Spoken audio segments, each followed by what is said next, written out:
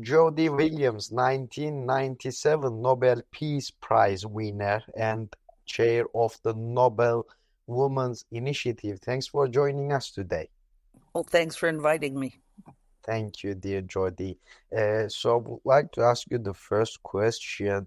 Can you, first of all, explain to our audience why you led the letter writing campaign related to Mr. Öcalan's freedom and solving the wider Kurdish question? And both letters refer to these two issues as having a symbolic relationship. Can you speak on why they are inseparable? I have been an activist for peace, for justice, for human rights since the Vietnam War period. That's a long time. And over my decades of work, of course, I pay attention to major issues of human rights abuses, violations of laws of war, etc.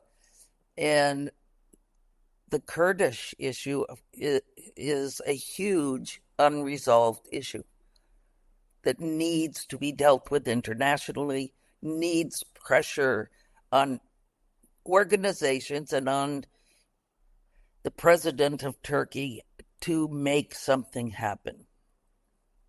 In 2019, I signed a letter during the hunger strike of political prisoners in Turkey, and which also called for the end to the isolation of Öcalan. That made me more aware, obviously. And then when I was asked if I could participate in a conference in Europe about Öcalan and the situation of the Kurdish people, I tried very hard to go and I couldn't. But I paid a lot of more attention to the current situation of Öcalan's more than 25 years in prison, his horrifying treatment and isolation, and started looking a little more into the past efforts to end this insanity. I think this kind of thing is insanity. I look at all of the violence going on in the world right now, and it seems worse and worse and worse. I learned in my research, if you will, that even Erdogan had approached Öcalan to try to find some sort of solution. There was the Oslo process, and then the more direct with Öcalan and I guess advisors of Erdogan, and then saw that it fell apart. And through looking at that history, I recognized that Öcalan is considered by the overwhelming majority of Kurds to be their political, spiritual, emotional leader. And without his participation in the process, it would be very difficult to find a meaningful solution to this age-old problem for the Kurdish peoples.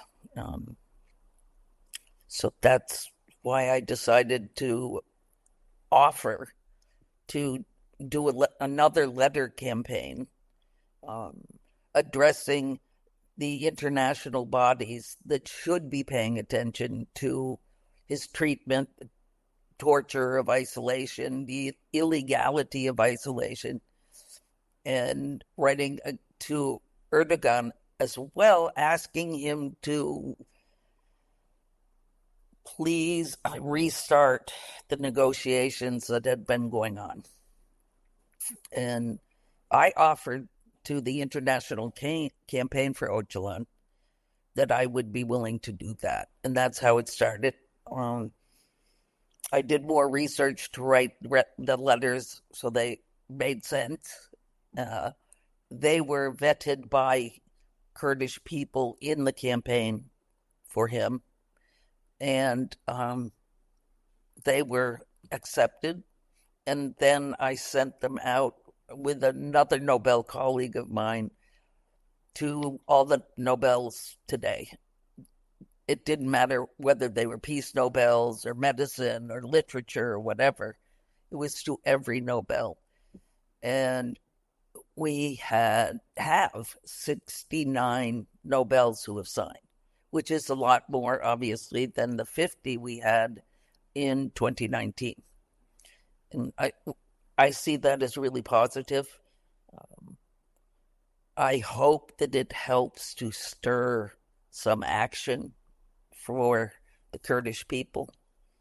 I'm willing to continue to try to help. Thank you, dear Jody. Secondly, how is the issue of Mr. Öcalan and the Kurds tied to regional and international politics, and what importance does it have globally? Very shortly, please. Sure. What's the importance? The Kurdish people have been harassed, tried to be disappeared as an issue forever, it seems. And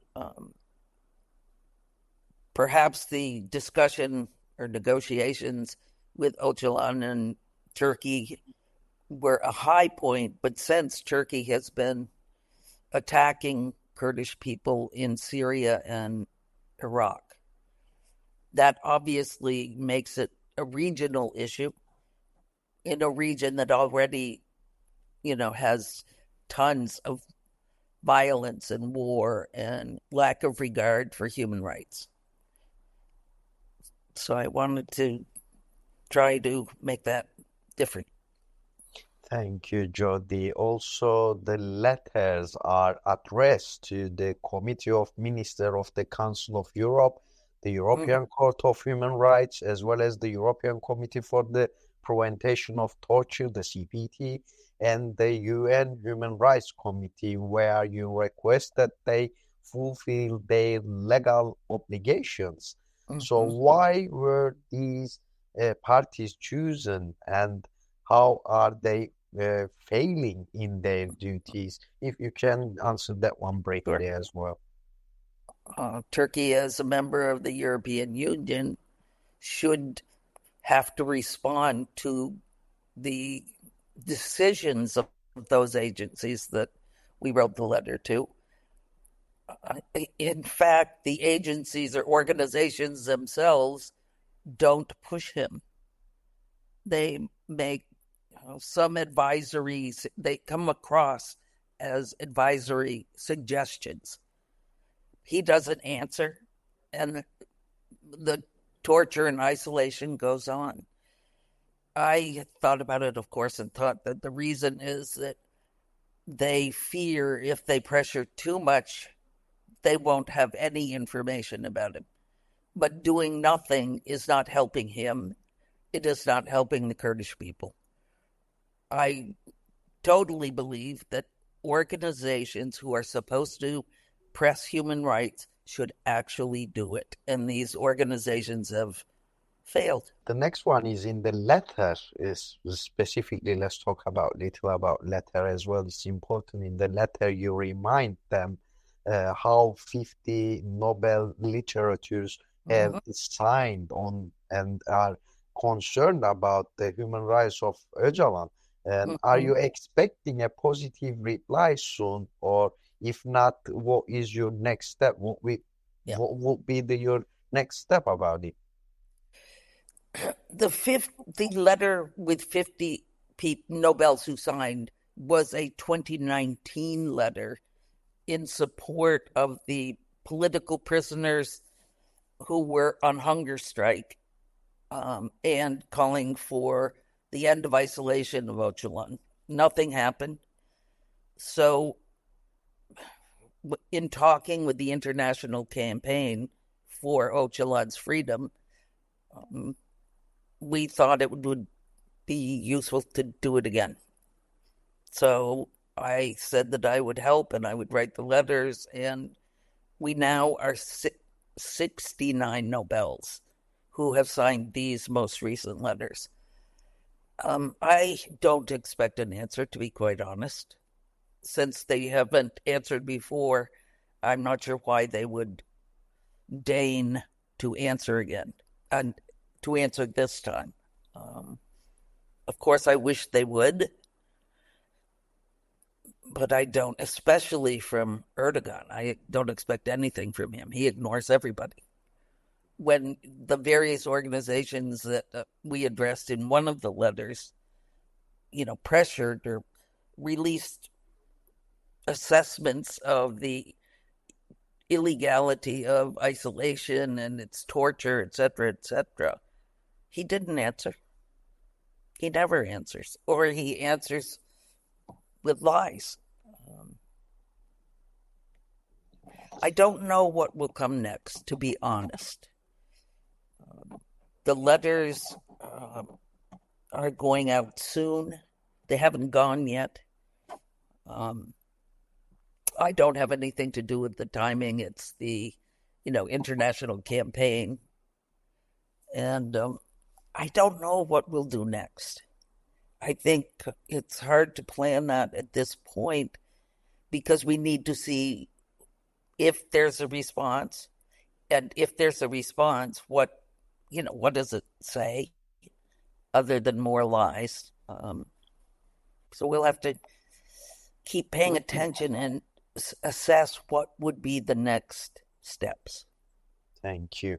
Why do you think these organizations do not comply with their duties? Both the CPT and the UN acknowledge that the long-term isolation is a torture, but yet they do not require Turkey to honor their legal agreements. Why does it seem Turkey is immune to accountability?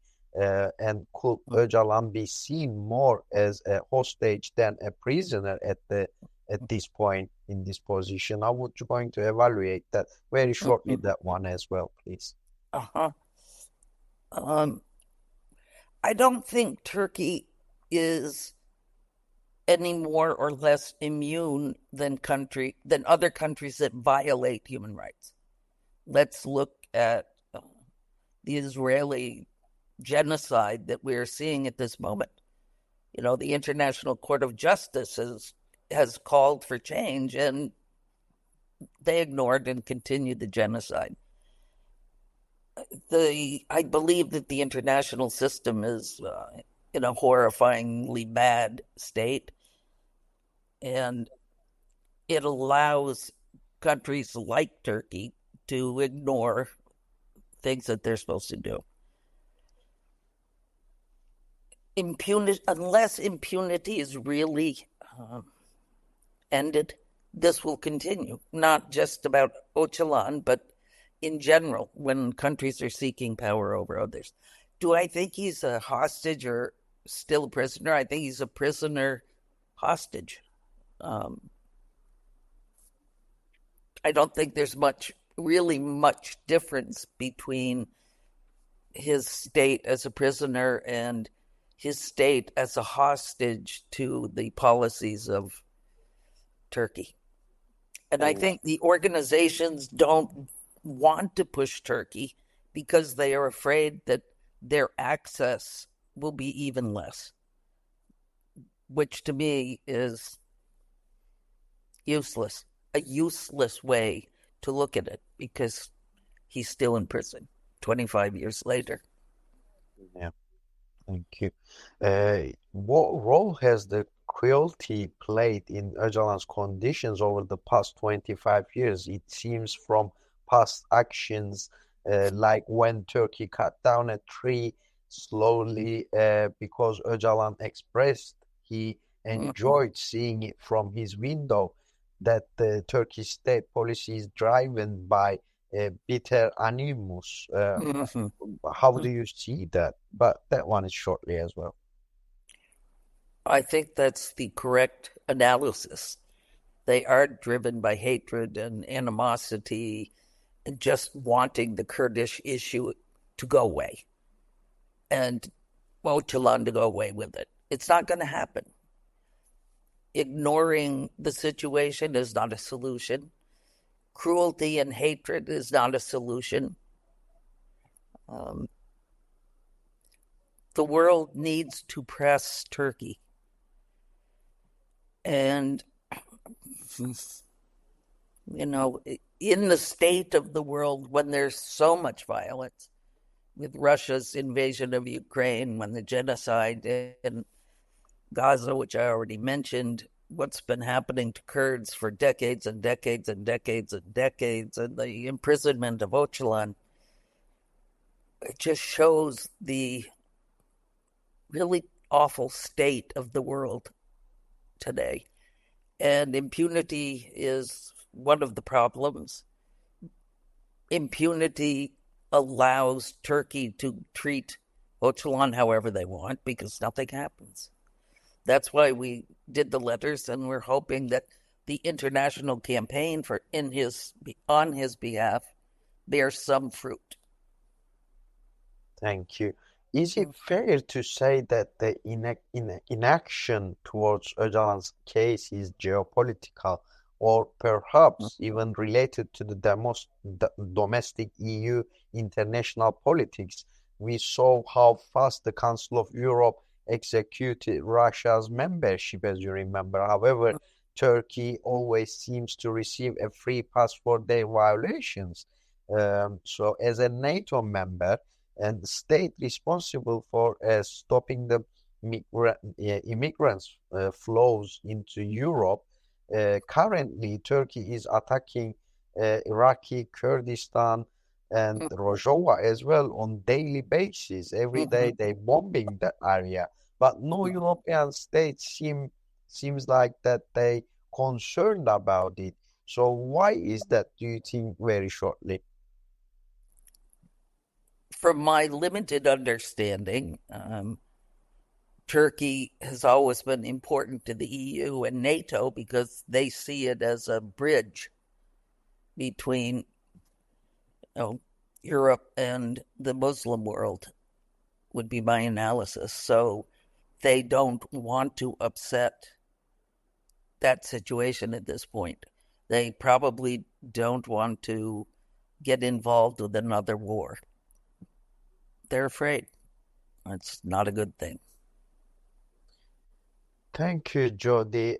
So what can people do to help compel with these institutions to carry out their duties to investigate, monitor, and require Turkey to uphold international law on Imralı Island? How can they make their voice heard or assist the cause?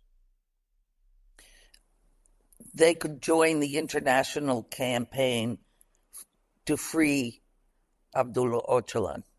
That would be my first suggestion. When you become part of a movement, it's easier to act because there are people around you with the same visions who are acting. Sometimes if you feel isolated, it doesn't work so well. So I would suggest they join the campaign, and they can write individual letters to Erdogan. They can write individual follow-up letters to the organizations that we wrote to. It's a pretty, to me, obvious way to start. Thank you. You already mentioned that the next step will be according to the reply, even if it comes or not, but just wanted to let our audience know, do you have any future steps planned already with the Nobel literatures on this matter? And No. if there is anything, what would that be? There isn't anything planned at this moment. I think there will be a discussion with the leadership of the international campaign to free Öcalan. I'm thinking of various things. I think there needs to be a very big push for the world to recognize what Turkey is doing to Kurds in Iraq, Syria, and recognize it as a war. Thank you, Jody. Lastly, what are some other initiatives, causes, or prisoners' cases related to the Kurdish issue that you believe requires the world's attention? I think the entire situation requires the world's attention. As long as it continues in obscurity, it's easy for Turkey to keep doing what it's been doing. So to have people who are very concerned join the campaign, start writing their own letters, planning events about it, where they are. It's not difficult. It's just believing that when you work with other people, you can help change a situation. I believe that, which is why I'm still an activist. Thank you, Jody. Lastly, anything else I didn't ask about the letter campaign? Anything you would like to add on, or if you would like to give a very short Freedom for Öcalan message, please have your last words. Sure. It would be my very strong hope to visit him in prison with other Nobels. I want him to know that we stand with him. We recognize that the Kurdish people see him as their leader. And I think it would be a good thing for Turkey to let us go and meet with him. That'd be my first step. And then we go from there. Thank you, dear Jody Williams, 1997 Nobel Peace Prize winner and chair of the Nobel Women's Initiative. Thanks for joining us, and thank you for your valuable comments. Thank you. Thank you.